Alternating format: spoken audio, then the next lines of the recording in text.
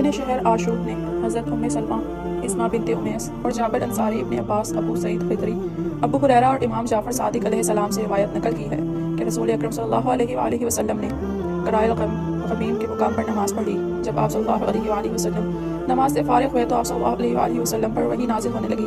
اتنے میں حضرت علی رضی اللہ تعالیٰ عنہ آئے۔ انہوں نے آپ صلی اللہ علیہ وآلہ وسلم کی حالت وحی کو ملاحظہ کیا تو انہوں نے آپ صلی اللہ علیہ وآلہ وسلم کے پشت کو سہارا دیا اور غروب آفتاب تک وحی کا سلسلہ جاری رہا اور قرآن مجید اترتا رہا۔